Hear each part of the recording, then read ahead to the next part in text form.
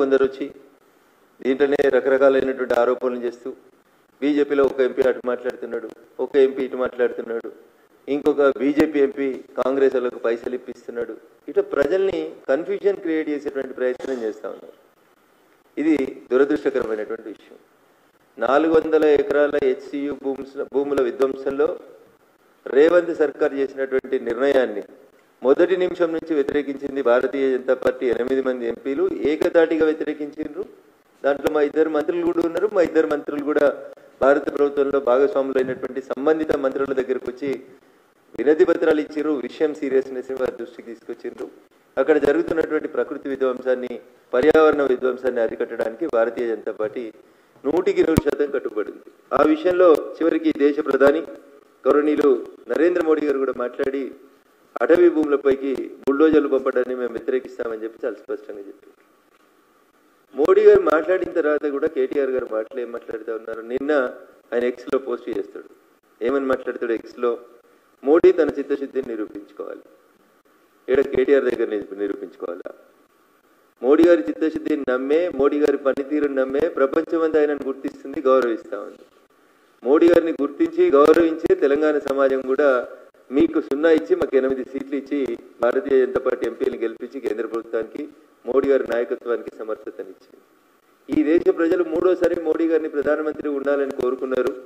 ఇది ప్రజలకి మోడీ గారి పట్ల ఉన్న ప్రేమ, మోడీ గారికి తెలంగాణ సమాజంతో పాటు ఈ దేశం పైన ఉన్నటువంటి చిత్తశుద్ధి.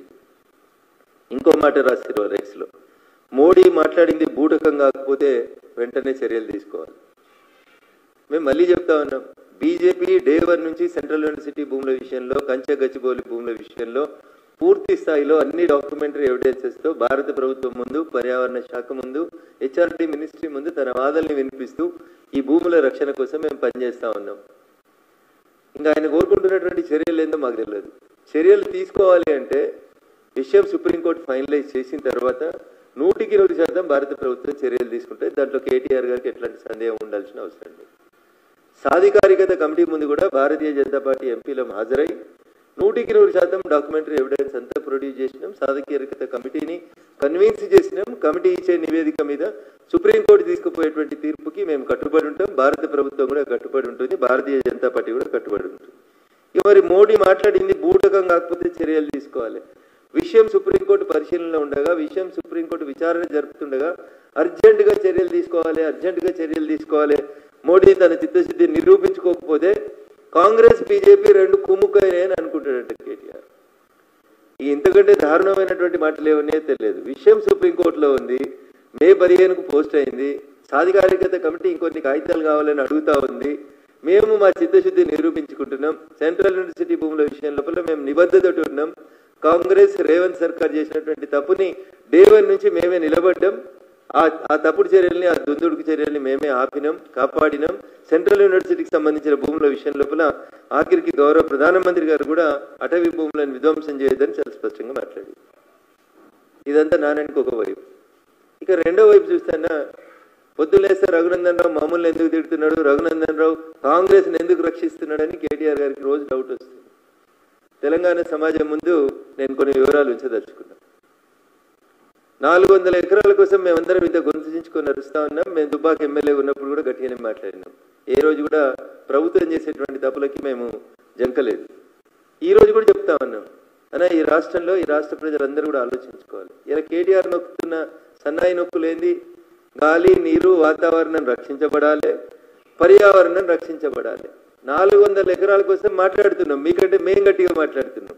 కానీ నాదొక ప్రశ్న కేటీఆర్ గారికి, 400 ఎకరాల గురించి ఇంత జ్ఞానోదయం అయింది కదా నీకు, బోధి వృక్షం కింద కూర్చుంటే కేటీఆర్ గారు, మరి జీవో 111 ఎత్తేసి లక్షలాది ఎకరాల భూముల్ని కాంక్రీట్ జంగల్గా మార్చినందుకు మీరు మీ ప్రభుత్వం 10 ఏళ్ళు ప్రయత్నం చేసి ఏడ పడితే ఆడ ఎట్లా పడితే అట్లా ఫామ్ హౌజులు కట్టుకోవడానికి అనుమతి ఇచ్చి ప్రకృతి విధ్వంసం జరిగిన మీ 10 సంవత్సరాల పాలనలో ఎందుకు గుర్తుకు రాలేదు మీకు? జీవో 111 ఎత్తేయడం వెనకాల హైదరాబాద్కి లంగ్ స్పేస్ అని చెప్పుకునేటువంటి ప్రాంతం అది. లక్షల ఎకరాల భూములు, నీళ్లు, గాలి, ఆ గాలి ద్వారా మనం పీల్చుకున్నటువంటి ఆక్సిజన్, ఇట్లాంటివన్నీ మీరు 400 ఎకరాలే పెద్ద లంగ్ స్పేస్ హైదరాబాద్ కష్టమవుతుంది అన్నప్పుడు మరి లక్షల ఎకరాల్లో విస్తరించబడినటువంటి ఫారెస్ట్ ఏరియాలలో లేదా గ్రామీణ వాతావరణాన్ని కలిగినటువంటి GO311 ఏరియాలో చెట్లను కొట్టేసి కాంక్రీట్ జంగల్గా మార్చి ఫామ్ హౌస్లు కట్టుకునేందుకు అనుమతి ఇచ్చారు కదా మీరు 10 ఏళ్లలో. దాన్ని ఏమనాలి కేటీఆర్ గారు? అప్పుడు ప్రకృతి విధ్వంసం జరగలేదా? ఇది అడిగితే రఘునందన్ రావు మమ్మల్ని ఎందుకు ప్రశ్నిస్తున్నాడు, గత ప్రభుత్వాన్ని ఎందుకు ప్రశ్నిస్తున్నాడు అన్నాడు. ఎందుకు ప్రశ్నించకూడదు? గత ప్రభుత్వం కాదు, ఈ ప్రభుత్వం చేస్తున్న పనిని కూడా మేము ప్రశ్నిస్తున్నాం. కంచె గచ్చిబౌలి భూముల గురించి మేమే 100% కొట్లాడినా, మేమే ఆపినాం. It is an undisputed issue. దాని గురించి మేము రోజు మాట్లాడాల్సిన అవసరం కానీ చర్చించాల్సిన అవసరం కానీ లేదు. 400 ఎకరాల భూముల గురించి ఇంత గట్టిగా కేటీఆర్ మాట్లాడుతున్నారు. మేము దాన్ని స్వాగతిస్తూనే 311 జీవో ఎత్తేసి లక్షల ఎకరాల భూముల్ని కాంక్రీట్ జంగల్గా మార్చి భాగ్యనగరానికి ఉన్నటువంటి లంగ్ స్పేస్ అయినటువంటి ప్రాంతాన్ని మీరు కాంక్రీట్ జంగల్గా మార్చాలనుకోలేదా? మీ హయాంలో అటగోలి ఫామ్ హౌస్లు మీ కుటుంబ సభ్యులందరూ నిర్మించుకోలేదా? GO311 పరిధిలో కేటీఆర్ గారు మీకు ఫామ్ హౌస్ లేదా? గౌరవనీయులు సిద్దిపేట ఎమ్మెల్యే గారికి ఫామ్ హౌస్ లేదా? మీ శాసన మండలి సభ్యురాలు గారికి ఫామ్ హౌస్ లేదా? మీ ఎమ్మెల్యేలకి మీ మంత్రులకి ఫామ్ హౌస్ లేవా TRS వాళ్ళకి? మరి GO311 విధ్వంసం చేసి మొత్తం భాగ్యనగరానికే లంగ్ స్పేస్గా ఉన్నటువంటి GO311 రద్దు చేసి దాన్ని మొత్తం కాంక్రీట్ జంగల్గా మార్చిన రోజు మాత్రం ప్రకృతి డిస్టర్బ్ కాలే. కేవలం 400 ఎకరాలని డిస్టర్బ్ చేసిన రోజు మాత్రమే ప్రకృతి డిస్టర్బ్ అవుతుందా కేటీఆర్ గారు? నేను మళ్ళీ చెప్తా ఉన్నా, కాంగ్రెస్ BRS రెండు కూడా చాలాసార్లు చెప్పినా, ఇప్పుడు కూడా చెప్తున్నా, వీణా వాణిలాగా వీళ్ళిద్దరి మధ్యలో విడదీయరాని బంధం ఉంది. వాళ్ళిద్దరూ నానానికి ఒకరు బొమ్మ అయితే ఇంకొకరు బొరుసు. We cannot separate them. ఇద్దరి ఐడియాలు ఒకటే రకంగా ఉంటాయి, ఇద్దరి పాలసీలు ఒకటే రకంగా ఉంటాయి, ఇద్దరి మాటలు ఒకటే రకంగా ఉంటాయి. ఇద్దరికి సమదూరంగా ఉన్నటువంటి బీజేపీని ఈయన ఏమంటుండు, కాంగ్రెస్ బీజేపీ కుమ్ముక్కు కాలేదని నిరూపించుకోవాలని కేటీఆర్ మమ్మల్ని అడుగుతున్నాడు. ఇంతకంటే దారుణం ఏముంటుంది? చాలా సందర్భాల లోపల మేము చాలా స్పష్టంగా చెప్పినాం, కాంగ్రెస్ TRS రెండు కూడా వేరువేరుగా ఉన్నాయి, భిన్నంగా ఉన్నాయి. ఇద్దరు సిద్ధాంతాలు కూడా ఒకటే. TRS అధికారంలో ఉన్న 10 ఏళ్ళు అదే MIM పార్టీతో అండగాగింది. అదే MIM పార్టీకి అసెంబ్లీలో విపరీతమైన ప్రయారిటీ ఇచ్చింది. ఒక దశలో MIM పార్టీనే ప్రతిపక్ష పార్టీగా చేయాలని చూసిరు మీరు. 7 ఎమ్మెల్యేలు ఉన్న వాళ్ళకి గంట మాట్లాడేందుకు అవకాశం ఇద్దరు, 3 ఎమ్మెల్యేలు ఉన్న మాకు 3 నిమిషాలు కూడా ఇవ్వకపోతురు. మీరు కూడా అప్పుడు అక్బరుద్దీన్ గారు మీరు అనుమతిస్తే మాట్లాడతామని మీరు చెబుతురు. ఇప్పుడున్న ముఖ్యమంత్రి కూడా అదే చెప్తున్నాడు. ఒకవేళ అక్బరుద్దీన్ ఓవైసీ గారు అనుమతిస్తే నేను తెలుగులో మాట్లాడతా అని చెప్తున్నాడు. అందుకనే మీరు అధికారంలో ఉన్న 10 సంవత్సరాల్లో కూడా మీరు చేసిన అవే పొరపాట్లు ఇవాళ అధికారంలోకి వచ్చినటువంటి కాంగ్రెస్ పార్టీ రేవంత్ సర్కార్ కూడా అవే పొరపాటు చేస్తా ఉంది. తప్పని విమర్శించడంలో, అధికారంలో ఉన్నటువంటి ప్రభుత్వాన్ని విమర్శించడంలో మాకు ఎట్లాంటి ఇబ్బంది లేదు. ప్రజల గొంతుకగా నిలబడతాం, ప్రజా సమస్యల పట్ల బరాబరి మాట్లాడతాం.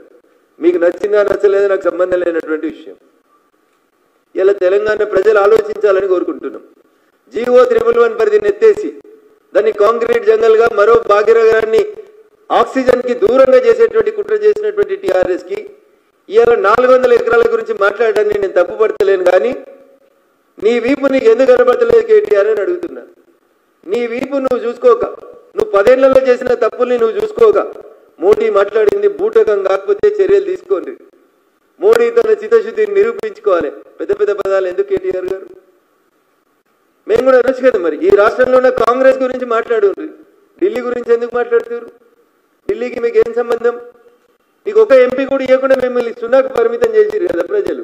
మీరెందుకు మోడీ గారి గురించి మాట్లాడుతున్నారు? పొద్దున్న లేస్తే మోడీ గారి నామజపం లేకుండా మీరు ఒక రోజైనా ఏమన్నా మాట్లాడుతుర్రా? మీరు కానీ మీ ప్రెస్ మీట్లలో కానీ మీ ఎక్స్ పోస్టులలో కానీ మీరు మోడీ గారి గురించి మాట్లాడచ్చు, మేము కేటీఆర్ గురించి TRS గురించి మాట్లాడొద్దా? మేము మాట్లాడిన దాంట్లో తప్పుంటే చెప్పుండ్రి. GO311 ఎత్తేయలేదా మీరు? నేను మళ్ళీ అడుగుతున్నా, మీకు ఫామ్ హౌస్ GO311 లేదా కేటీఆర్ గారు? కేవలం 10% మాత్రమే కన్స్ట్రక్షన్ చేయాలన్నటువంటి GO311 ఎత్తేసి దాన్ని కాంక్రీట్ జంగల్గా మీరు అనుమతులు ఇచ్చుకుంటూ పోలేదా? ఫామ్ హౌస్లు ఏంది ఎవరికి GO311లో? కేటీఆర్ గారికి లేదా? హరీష్ రావు గారికి లేదా? కవలకుంట్ల కవిత గారికి లేదా? ఇంకెంతమంది ఎమ్మెల్యేలకు ఉందో, ఎంతమంది మాజీ మంత్రులకు ఉందో ఒకసారి లిస్ట్ ఇవ్వమంటే ఇస్తాం. GO311 విధ్వంసం జరగాల్సిందేనా? పర్యావరణ సమతుల్యత నాశనం కావాల్సిందేనా? 400 ఎకరాల గురించి సుప్రీంకోర్టు మాట్లాడుతుంది, మేము మాట్లాడతాం, మీకేం సంబంధం ఉంది? మీరెందుకు మా మీద మాట్లాడుతూ ఉన్నారు? బీజేపీకి మాట్లాడే హక్కు లేదనేటువంటి నైతిక హక్కు కాంగ్రెస్కి టీఆర్ఎస్కి ఎక్కడ ఉండదు? We are fighting for the cause, we are fighting for the people. Telangana రాష్ట్ర ప్రజల గొంతుకగా మేము నిలబడి మాట్లాడుతూ ఉంటే నీకు అవకాశం ఉన్నప్పుడల్లా అవకాశం ఉన్న రీతి లోపల మాట మార్చింది నువ్వు. తెలంగాణ సమాజానికి జరగకూడని నష్టమంతూ జరిగింది 10 ఏళ్లలోనే. మీరే మున్సిపల్ మంత్రి కదా కేటీఆర్ గారు, నేను ఒక సూటి ప్రశ్న అడుగుతా.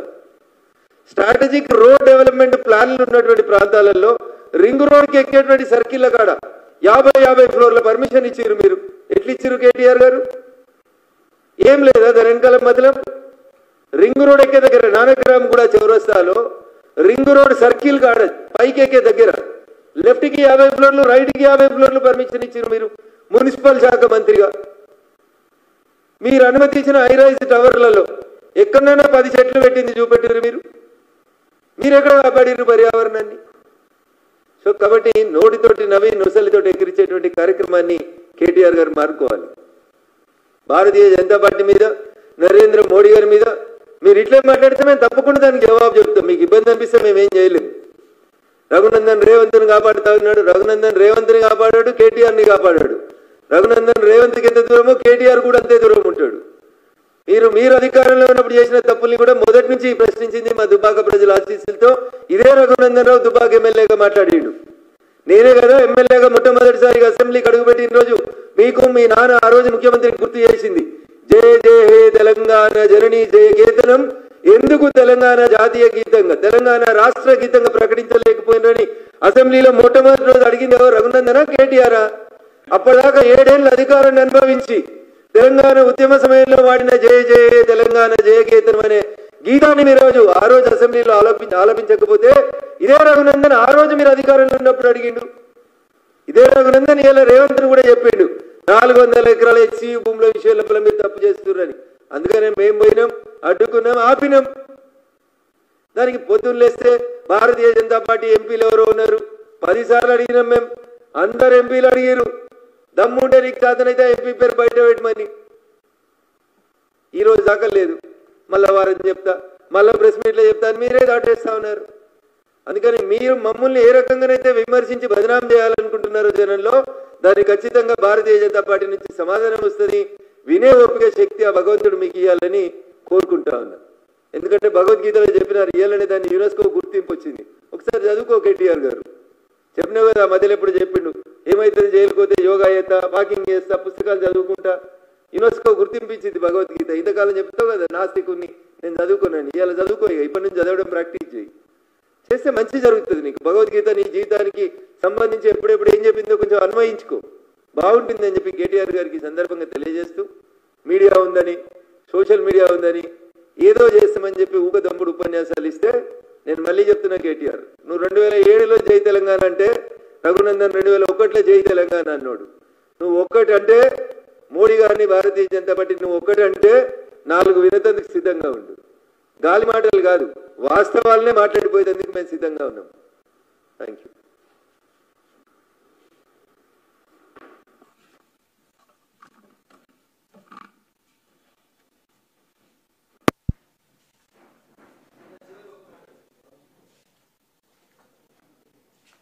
ఇంపార్టెంట్ విషయం ఒకటి మీరు వినాలి. హెరిటేజ్ గురించి నేను అసెంబ్లీలో ఉన్నప్పుడే ముఖ్యమంత్రిగా ఉన్న అప్పటి ముఖ్యమంత్రిగా ఉన్న కేసీఆర్ గారు ఒక మాట చెప్పారు, మీకు వినిపిద్దాం అనుకున్నా, నేను మర్చిపోయినాను. వీళ్ళు ఏం కట్టనియరు, వీళ్ళు ఏం డెవలప్మెంట్ చేయనియరు, మాట్లాడితే హెరిటేజ్ అంటారు, మాట్లాడితే ప్రకృతి అని మాట్లాడతారు. ఎవరా చెప్పిండు మీకు? ఇట్లా మాట్లాడండి కేసీఆర్ గారు, వినండి ఒకసారి ముఖ్యమంత్రి గారు మాట. కొంతమంది వ్యక్తులు పిటిషన్ పెట్టిన అధ్యక్ష, దీనిలో హైదరాబాద్ రాక్స్ని ఇది విస్తృతమైన కథ అధ్యక్ష. వాడు ఎవడు పుట్టించాడో యాడికి పుట్టించాడో ఓపెన్ ల్యాండ్ హెరిటేజ్ ఉంటుంది అధ్యక్ష ప్రపంచంలో. ఓపెన్ ల్యాండ్ హెరిటేజ్ అంటే భూమి మీద ఎవడే మాట్లాడితే భూమి కూడా హెరిటేజ్ వచ్చింది, భూగోళం హెరిటేజ్. ఇక పుట్టిన వాళ్ళ చెల కింద బతకాలి చచ్చిపోవాలి అధ్యక్ష, ఏం ముట్టదు ఏం పట్టదు, బికాజ్ హెరిటేజ్. చాలా విచిత్రంగా ఎక్కడి నుంచి వచ్చే కమిటీ రూల్స్. ఇది హెరిటేజ్ ఉందని చెప్పి పెట్టిన అధ్యక్ష. ఓపెన్ ల్యాండ్ అంటే బిల్డింగ్ లేదు, కట్టడం లేదు, కట్టలేదు, ఏం లేదు. ఇది కేసీఆర్ గారు ముచ్చట. రాకులు హెరిటేజ్ కాదంట. ఇది నీ బయట మాట్లాడింది కాదన్న, ప్రెస్ మీట్లో మాట్లాడింది కాదు. అసెంబ్లీ సాక్షిగా పెట్టిన అధ్యక్ష. దీనిలో హైదరాబాద్ రాక్స్ ని ఇది విస్తృతమైన కథ అధ్యక్ష. వాడు ఎవడు పిడిచాడో ఆడికి పిడిచాడో ఓపెన్ ల్యాండ్ హెరిటేజ్ ఉంటుంది అధ్యక్ష ప్రపంచంలో. ఓపెన్ ల్యాండ్ హెరిటేజ్ అంటే భూమి మీద ఎవరే మాట్లాడితే భూమి కూడా హెరిటేజ్ వచ్చిందంటే భూగోళం హెరిటేజ్. ఇక పుట్టిన వాళ్ళ చెట్ల కింద బతకాలి చచ్చిపోవాలి అధ్యక్ష. ఏం ముట్టదు ఏం పట్టదు బికాజ్ హెరిటేజ్. చాలా విచిత్రంగా ఎక్కడి నుంచి వచ్చేవి కమిటీ రూల్స్. ఇది హెరిటేజ్ ఉందని చెప్పి పెట్టిన అధ్యక్ష. ఓపెన్ ల్యాండ్ అదే బిల్డింగ్ లేదు కట్టడం లేదు కట్టలేదు ఏం లేదు. ఇలా మరి కేటీఆర్ ఏమంటున్నాడు సెంట్రల్ యూనివర్సిటీ విషయంలో? ఇట్లా మాట్లాడితే వీళ్ళకి బాధ అనిపిస్తుంది. మీరు అధికారంలో ఉన్నప్పుడు మాట్లాడితే మీకు వినిపిస్తే మీకు కొంచెం ఇబ్బందిగా అనిపిస్తుంది. చెట్ల కిందనే ఉండి చెట్ల కిందనే చచ్చిపోవాలి. ఏదైనా కడదామంటే ప్రతి ఒక్కడు దరఖాస్తు ఇస్తాడు. ఈ రూల్స్ ఏంది ఈ కమిటీలు ఏందని అసెంబ్లీలో మాట్లాడిండు అప్పుడు ముఖ్యమంత్రి. గుళ్ళ భూములు అమ్ముకున్నారు మీరు. ఇంకా చరిత్ర మీ చాలా ఉన్నది ముంగట చెప్పేది కేటీఆర్.